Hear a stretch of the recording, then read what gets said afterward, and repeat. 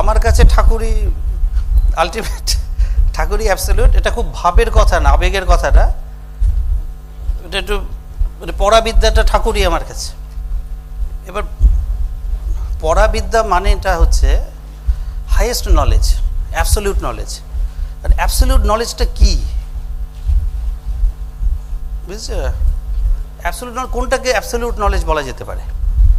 তো মানে উপনিষদের ঋষিরা এই নিয়ে আজ থেকে 5, 6, 7, 8 হাজার 9 হাজার বছর আগে এগুলো নিয়ে কাজ করেছেন। খুব সিরিয়াস কাজ হয়েছে তাদের। তারই কিছু কিছু পার্কুলেট করে ধরো যে উপনিষদগুলো চালু আছে এখন, শঙ্করাচার্যদের যে মানে মোটা 11টা উপনিষদের কথা বলে থাকে, তো সেখানে ওই থটসগুলো আছে। তার আগে ঠাকুরের আইডিয়া অফ পরাবিদ্যা বোঝা, আত্মা কনসেপ্টটা বোঝাটা একটু জরুরি। হোয়াট ইজ আত্মা? আত্মা আত্মা মানে আমরা জানি যে মরে গেলে যেটা চলে গেল, যেটা থাকে, বা যারা বিশ্বাস করে পোস্ট ডেথ এক্সিস্টেন্সে আত্মা বলে কিছু আছে। উপনিষদ এটাকেও আত্মা বলছে না, এটাকে উপনিষদ সূক্ষ্ম শরীর বলছে। উপনিষদ খুব ডিটেলে কাজ করেছে। উপনিষদ বলতে উপনিষদের ঋষিরা, এটা খুব পুরো মানে যে উপনিষদগুলো সেগুলো ধরো আজ থেকে 5, 6, 7 হাজার বছর আগে লেখা শুরু হয়। ঠাকুর একটা সভ্যতার কথা বলছেন, সেটা 20,000 বছর আগে, 20-25 হাজার বছর আগে। ঠাকুরের দেবে 25,000 বছর আগে, 25,000 বছর আগে।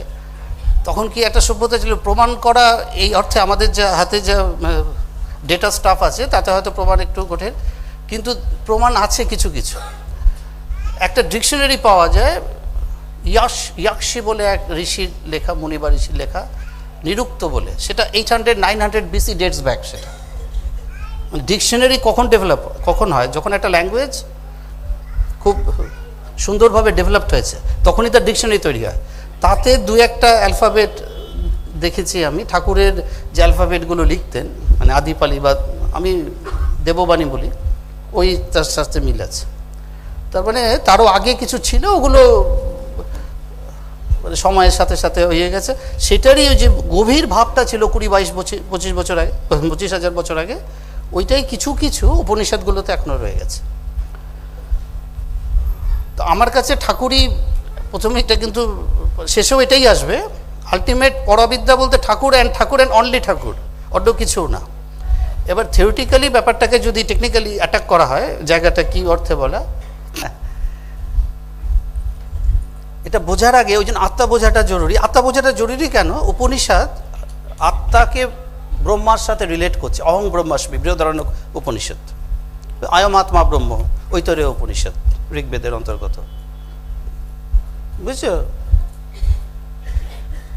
অথর্ববেদের অন্তর্গত মান্ডুক্য উপনিষদ, অয়ম আত্মা ব্রহ্ম। সামবেদের অন্তর্গত ছান্দোগ্য উপনিষদ, তত্ত্বমসি। ওরা আত্মা এবং ঈশ্বরকে ইকুয়েট করছে।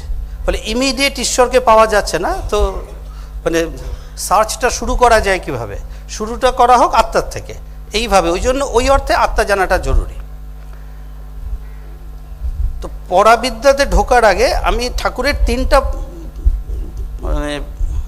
তিনটা বক্তব্য এখানে রাখব।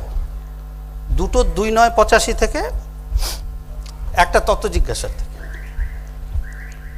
2-9-85-তে দেখবে আত্মার একটা ডেফিনেশন ঠাকুর রাখছেন। 2-9-85 ভাষণটা খুব ইম্পর্টেন্ট ভাষণ।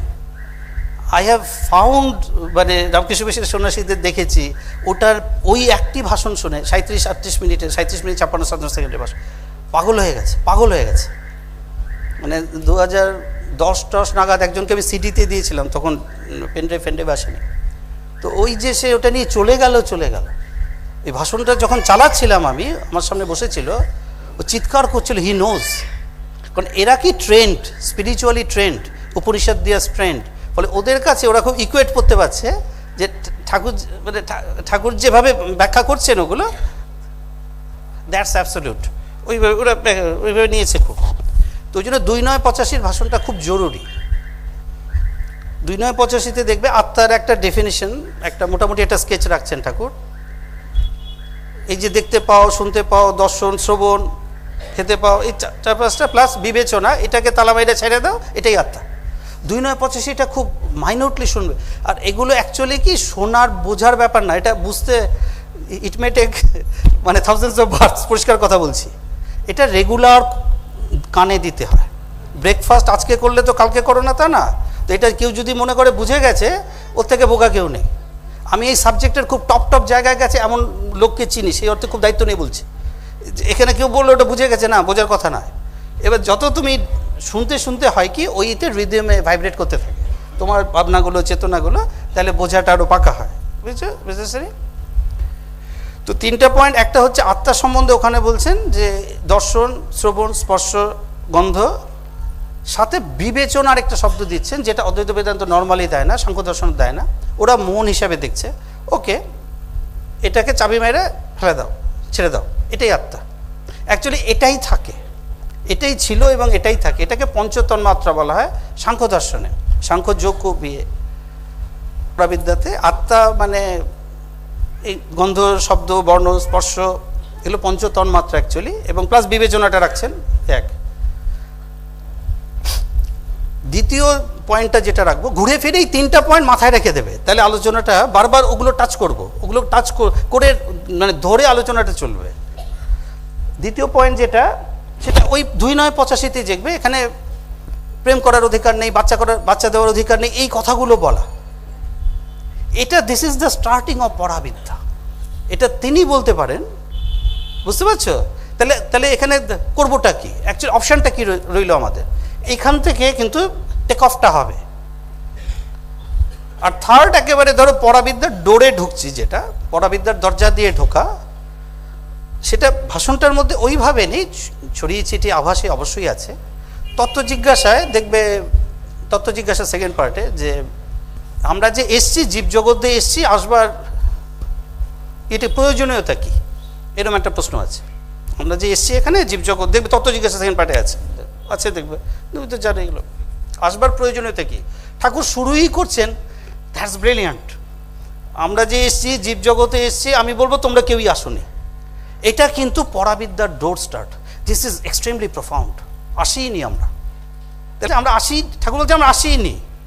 এটা যারা বুদ্ধিস্ট, আমি টিভিতে গেছিলাম, বুদ্ধিস্ট ওরা যারা শিনটং, মানে ওদের যে 5টা শূন্যবাদের যে 5টা ভার্সন শিনটং, মানে খুব হাইস্ট ভার্সন শিনটং, ওরা একটু শুনে প্রথমে বুঝতেই পারছে না জায়গাটা, ঠাকুর কি যেভাবে বলতে চাইছেন। তো এই গেল 3টে পয়েন্ট, ঠিক আছে? এবার পরাবিদ্যার অপরাবিদ্যার ডিফারেন্সটা কি? পরাবিদ্যার ডাইরেক্টলি উল্লেখিত উপনিষদের যে 2-3টে উপনিষদে আছে, বা হাউ টু লুক অ্যাট, কীভাবে পরাবিদ্যা শুরুই, মানে কীভাবে, মানে ঋষিরা কীভাবে দেখছেন। তো mainly Mundaka Upanishad, one of the খুব ইম্পর্ট্যান্ট উপনিষদ, মানে অথর্ববেদের অন্তর্গত। তাতে বা পরাবিদ্যার শ্রোতাইকার, অডিয়েন্স খুব ইম্পর্ট্যান্ট। পরাবিদ্যা, যেখানে পরাবিদ্যার আলোচনা হবে, সেখানে অডিয়েন্স ইজ ভেরি ইম্পর্টেন্ট। প্রথমেই বলা এটা সাধারণের জন্য না, সাধারণ মানে তুমি মানে কোয়ান্টাম ফিজিক্স ক্লাস 2তে পড়িয়ে লাভ নেই, ওইভাবে ওরা দেখে। ওই অর্থে সবাই যোগ্য, এখনও সে 10-এ ওঠেনি বা 11-এ ওঠেনি, ওই অর্থে। তো ওখানে দেখা যাচ্ছে যে শৌনক বলে একজন, মানে উপনিষদ ঋষি, খুব সুন্দর কবিতার মতো, মহাশাল বলছেন। মহাশাল, শৌনক বলে একজন মহাশাল, একটা শব্দে বুঝিয়ে যাচ্ছে জগতের সব কিছু পাওয়া হয়ে গেছে তার। মহাশাল মানে হি ইজ এক্সট্রিমলি রিচ, তার বউ আছে, বাচ্চা আছে, প্রচুর জন সম্পত্তি আছে। মহাশাল মানে বড় যজ্ঞশালার অধিকারী। সে আসছে ঋষি অঙ্গিরার কাছে। তার মানে পৃথিবীতে যা কিছু আমরা যেটা পেলে ধন্য, আমাদের সমস্যা ঈশ্বর নিয়ে হচ্ছে, আমরা এখানে আছি, সংসার টংসার করি, বিপদে আপদে পড়ি, তার থেকে রক্ষা পাওয়ার জন্য ঈশ্বর। নর্মালি যারা সেন্স, তাদেরকে এইখানকার সমস্যা, তারা জানে মরবে একদিন, তারা সৃষ্টির উদ্দেশ্যটা নিয়ে ভাবছে, এটা হল এসছি কেন এসেছি। ফলে তাদের প্রশ্নের মানে মাত্রাটাই আলাদা, বুঝতে পারছি? আমাদের ঈশ্বর মানে ছেলে ভালো থাকবে, ওগুলো দরকার, না করছি না, বউ ভালো থাকবে, অর্থনৈতিকভাবে ভালো থাকবে, অসুখ বিসুখ থাকবে না, পরীক্ষা পাস, চাকরি, যেমন হয়। কিন্তু যারা যাদের সেন্স, তারা তাদের এইটা ভিউ পয়েন্টটা বলার চেষ্টা করা হচ্ছে। তো তিনি অঙ্গিরার কাছে আসছেন। অঙ্গিরা তখনকার দিনের বেদের সব থেকে বড় যিনি টপ অঙ্গিরা ঋষি, তার কাছে আসছেন সৌনক এবং ওখানে জিজ্ঞাসা করছেন কিসমন্য ভগবে বিজ্ঞাতে সর্ববিদাং বিজ্ঞাতং ভবতি ইতি, কি জানলে সব জানা যায়। এ দেখবে ঠাকুরের ভাষণের মাঝে মাঝে মাঝে মাঝে রয়েছে যে কি জানলে সব জানা যায়, যা জানলে সব জানা হয়ে যায়। এখন এই কি জানলে সব জানা হয়ে যায়, this is an empirical eternal question, একটা এটার্নাল কোয়েশ্চেন। অ্যাকচুয়ালি কি জানলে সব জানা হয়, কিসমন্য ভগব বিজ্ঞাতে সর্ববিদাং বিজ্ঞাতং ভবতি ইতি, কি জানলে সব জানা হয়ে যায়। কে বলছে? সৌনক। সৌনককে একজন মহাশাল, মহাশাল মানে পৃথিবীতে তার অ্যাচিভ করার কিছু নেই। এটা কিন্তু খুব ইম্পর্টেন্ট পয়েন্ট। মানে আমরা যা যা অ্যাচিভমেন্ট মনে করি তার সব অ্যাচিভমেন্ট হয়ে গেছে, তারপরে আমাদের কোনো কোয়েশ্চেন্স নেই, উই আর ভেরি নিম্নচেতনা। But those who are superior কনসিয়াসনেসের অধিকারী, ইন্টেলিজেন্স, তাদেরকে হন্ট করে কেন সৃষ্টিটা। তো Shaunak is something like that, someone like that. সে অঙ্গিরার কাছে যাচ্ছে, এবার ওখানে অঙ্গিরা তার উত্তরে মুন্ডক উপনিষদ পরপর পরপর পরপর পরপর প্রথমে বলছে বিদ্যা দুরকম, কি জানলে সব জানা যায়। সৌরভ বুঝছো? এবার বিদ্যা দুই রকম, অপরা অ্যান্ড পড়া। পড়া এই প্রথম আমরা পড়া অপরা এই মানে ডিভিশনগুলো পাচ্ছি। অপরা মানে ও বলছে ঋগ্বেদ সাম যজুর্বেদ অপরা। বোঝো, তুমি ফিজিক্সের টপ, ধরো নোবেল লরিয়েট, ফিজিক্স নিয়েই সারা জীবন কাটিয়েছো, এবার তোমার কাছে ছাত্র যাচ্ছে ফিজিক্সটা তোমার কাছে গুরুত্বহীন। মানে বুঝতে, সে যার উপর ও পিএইচডি করা, ঋক্সাম যজু অথর্ব, তখনকার দিনের পিএইচডি অঙ্গিরা, সে বলছে এগুলোও অপরাবিদ্যার অন্তর্গত। তারপর ছন্দ জ্যোতিষ, ওদের ওখানকার ব্যাকরণ, বাকি যে সাহিত্য এগুলো। পড়া ইজ সামথিং বিয়ন্ড। ফলে পড়া ব্যাপারটাই সবসময় একটু ইলিউসিভ, সবসময় সাটল, ভীষণ প্রফাউন্ড। ওই জন্য আমি ডেপথ আনার চেষ্টা করছি যে ঋষিরা, এবং সেটাকে আমি ঠাকুর বলছি আলটিমেটলি, ওই জায়গাটা বোঝার জন্য বলছি। তো এখানে পড়া আর অপরার ডিফারেন্স প্রথম পাওয়া যাচ্ছে একটা, যে অপরা মানে এখানকার। তো এক কথায় বলা যেতে পারে পড়া হচ্ছে intuitive knowledge of god, god বা কনসিয়াসনেস বা অদ্বৈত বেদান্ত যেটাকে পরম ব্রহ্ম বলে, এই এই এই এক্সেট্রা অ্যান্ড এক্সেট্রা। আর অপরা মানে practical knowledge of the world, জগতের প্র্যাকটিক্যাল নলেজ, অপরাবিদ্যা। এতে তোমাকে ভালো চাকরি দেবে, ভালো খেতে দেবে, 2 পিস মাছের জায়গায় 4 পিস মাছ খেতে পারবে। আলটিমেট পথে খুব লিড করে, খুব বেশি লিড করে না। এখানে তোমার সুখে শান্তির ব্যবস্থা আছে। অপরা জানা দরকার পড়ার সাথে, পরে এটা অপরা পড়া ভাগ করা, ভাগ মানে ফিল করার জন্য, ভাগটা অনুভব করার জন্য, বুঝতে পেরেছ? তো অপরা মানে practical knowledge of the world. এখানে আমরা যে লেখাপড়া, ফিজিক্স, কেমিস্ট্রি, বড় বড় এটা সেটা, এটা অপরা। এখন হোয়াট ইজ পড়া? উপনিষদ মোটামুটি চুপ, কথা বলছো, চুপ। ওঙ্কার আসছে কিছু কিছু জায়গায়, মান্ডুক্যতে এই বলছে, মোটামুটি সাইলেন্ট থাকছে। বিকজ ওদের বক্তব্যই হচ্ছে পড়া is something which can't be communicated through language. ভাবটাকে বহন করে ভাষা। এই যে কাপটাকে, কফিটারে চাটা কি, ওটা বহন করছে পাত্র, মানে ভাবটা বহন করছে ভাষা। ভাষা হচ্ছে পাত্র, ভাব তার তার মধ্য দিয়ে বাহিত হচ্ছে। এখন পড়া can't be communicated, it is so subtle. Thakur বলতেন যে পাত্রে লোহা গরম হয় সেটা লোহার থেকে বেশি বয়লিং ইতে রাখতে হবে, লোহা টকবক করে ফুটছে যে পাত্রে। তো ওটা তাহলে এবার কি হয়, ওটা লাস্টে আসবো পড়ায়। অ্যাকচুয়ালি তাহলে পড়া পাবোটা কীভাবে? তো অপরা ল্যাঙ্গুয়েজ দ্বারা ট্রান্সফারেবল। তো যেহেতু ঋক সাম যজু অথর্বেদ বহুদিন লেখা হয়নি, শ্রুতি আকারেই ছিল, তখন লেখাটাকা হয়েছে, ওই জন্য মেবি অঙ্গিরা প্রথমেই বলে দিচ্ছে ঋক সাম যজু অথর্ব, যখনই ওটা ল্যাঙ্গুয়েজের মধ্যে আসছে ওটা লিমিটেড হয়ে যাচ্ছে। আমি এখানে ঠাকুরের ল্যাঙ্গুয়েজটা, যেটা দেবভাষা আমি বলি, ওটাকে একটু ডিফারেন্ট রাখছি। ওটা এর মধ্যেও একটু মানে অনেকটা সুপিরিয়ার আমি বলবো, কেন পরে বলছি। তো এই গেল হচ্ছে পড়া, প্র্যাকটিক্যাল ইয়ে। এখন এখানেও তুমি যদি কোয়ান্টাম ফিজিক্সে ঢোকো, বা ধরো স্পেশাল রিলেটিভ, যারা ফিজিক্স জানে তারা জানবে, একটু সূক্ষ্ম কনসেপ্টগুলো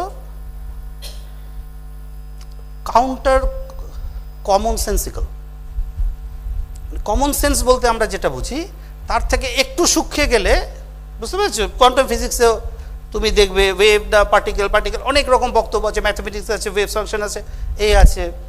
রিলেটিভিটি ফিজিক্সও যারা জানে তারা জানবে যে 3 ডাইমেনশনাল যে স্পেসটা আছে, ইউক্লিডিয়ান স্পেস, এটা আমাদের এখানকার কোনো ডিস্টেন্স আমরা জানি মানে X square Y square plus মানে তিনটা অ্যাক্সিস এক্স ওয়াই জেড তিনটার the minimum distance between two. এবার এটা এটা আমাদের এখানকার মানে এতে আমরা অভ্যস্ত ইউক্লিডিয়ান জিওমেট্রি। মিন কস কি এর সাথে টাইম যোগ করলেন, তিনটা স্পেস কোঅর্ডিনেটের সাথে একটা টাইম যোগ হলো, চারটা ডাইমেনশন হলো। আর চারটা ডাইমেনশন আমাদের থট প্রসেসে আনা মুশকিল, কারণ আমরা তিনটেতে অভ্যস্ত এক্স ওয়াই জেড, 4 নম্বরটা আনা মুশকিল।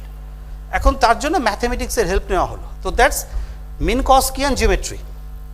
সেখানে ইকুয়েশনটা চেঞ্জ হচ্ছে, দুটো ইভেন্টের যে স্পেস টাইম ইন্টারভেল সেটা ডেল্টা এ স্কোয়ার ধরি স্পেস টাইম ইন্টারভেল, সেটা delta X square plus Y square plus মানে delta Y square plus delta Z square minus C square delta T square. এই মাইনাস সিট এটা হওয়ার জন্য যে মাইনাস সিট, এখন মাইনাস সিটা করা হয় কারণ আলোর বেগটাকে যেহেতু কনস্ট্যান্ট ধরে। এটা টোটাল একটা ফিলসফিক্যাল চেঞ্জ আসলো, absolute Notion of speech time থেকে অ্যাবসলিউট একমাত্র আলোর গতি, বাকি সব ইন্টারচেঞ্জেবল রিলেটিভ হয়ে গেল। এতে তুমি দেখবে যদি দুটো ইভেন্টের মধ্যে ডিফারেন্স আনো মানে স্পেস টাইম ইন্টারভেলে আনো, এখানে যেমন দ্য শর্টেস্ট ডিস্টেন্স আমাদের স্পেসে এ টু বি সেটা ওই X square plus Y square plus Z square Pythagoras করে করে ওইটা পিথাগোরাস এক্স ওয়াই তারপর জেড করে তাই দাঁড়ায়।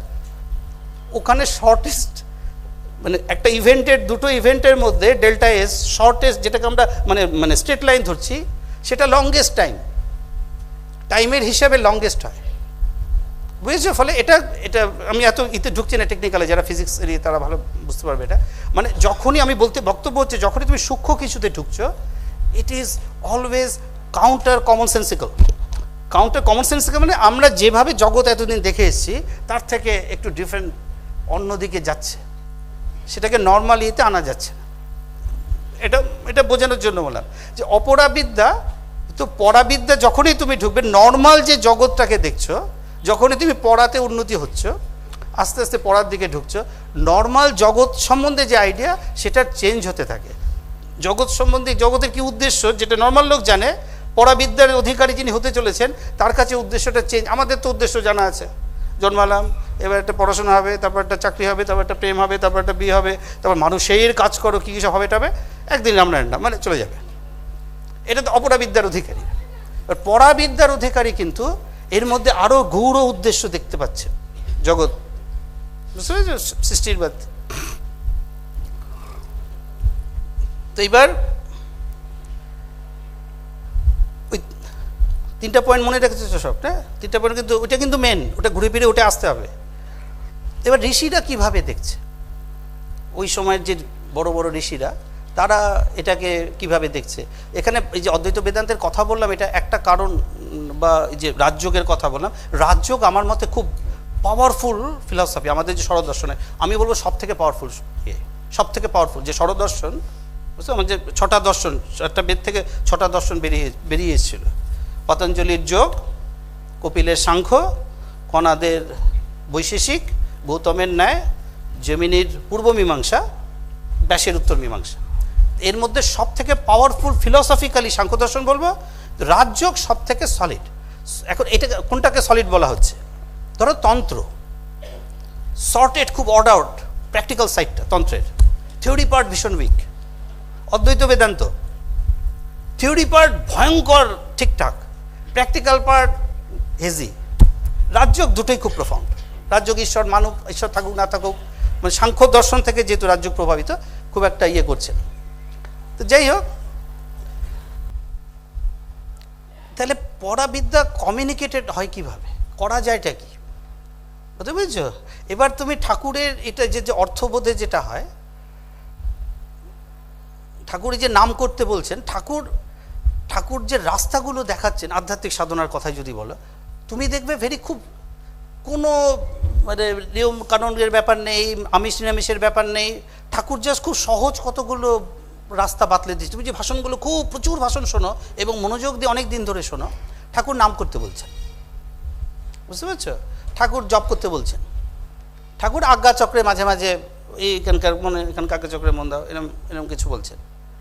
অর্থবোধে কথা আসছে, অর্থবোধে হচ্ছে না, অর্থবোধে বলছেন যে অর্থবোধে করলে ভালো হয়। অর্থবোধে করার উদ্দেশ্য ঠাকুর যে ব্যাখ্যাটা দিচ্ছেন সেটা তেঁতুল চিন্তা করলে ভিতরে একটা গ্ল্যান্ডের, এখন তেঁতুলের শব্দটা তো তুমি জানো, এখন জাপানে গিয়া তেঁতুল তেঁতুল করলে ওদের মুখে কিছু আসবে না, তেঁতুলের শব্দটা জানতে হবে, তাহলে তো গ্ল্যান্ডে কাজ করবে।